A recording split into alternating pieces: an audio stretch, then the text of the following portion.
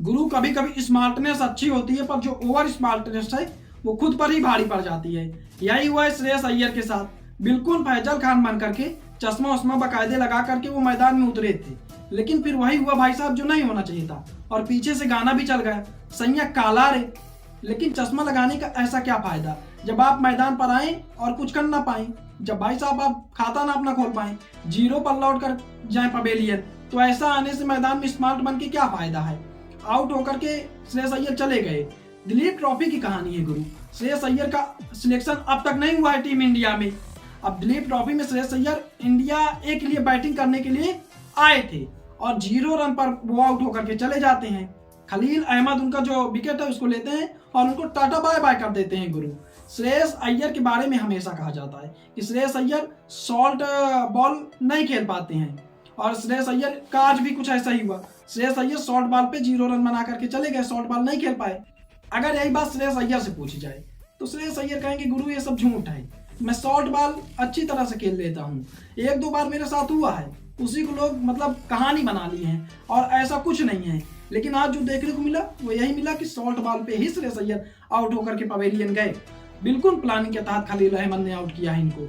अब भाई साहब ये कहानी जो है, ये जो बात है वो श्रेयस अय्यर को कहीं ना कहीं परेशान करने वाली है। श्रेयस अय्यर आउट होकर के चले जाते हैं बाहर, लेकिन जो चश्मा लगा करके वो आए थे वो भाई साहब काफी लोगों के बीच चर्चा का विषय बना हुआ है। लोग उसकी काफी चर्चा कर रहे हैं, मीम खूब बन रहे हैं।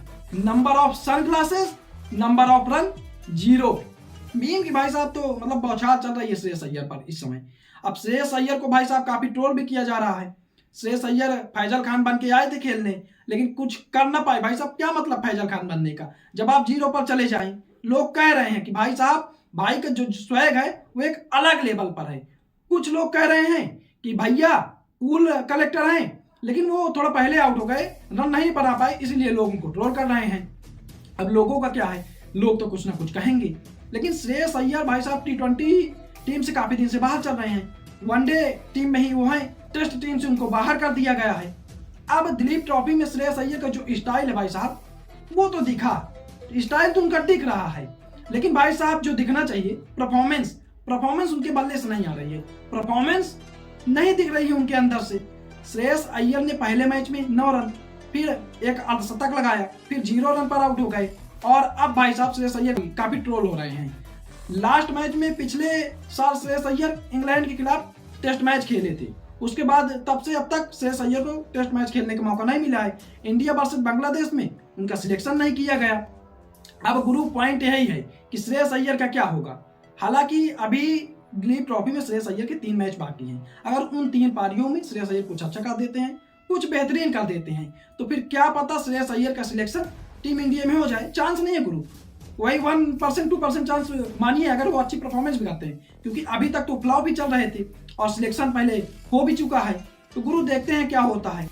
अब गुरु सवाल फिर वही है कि श्रेयस अय्यर क्या क्रिकेट को लेकर के थोड़ा नॉन सीरियस हो रहे हैं, क्रिकेट को लेकर के सीरियस जो है वो उन पे नहीं दिख रहा है।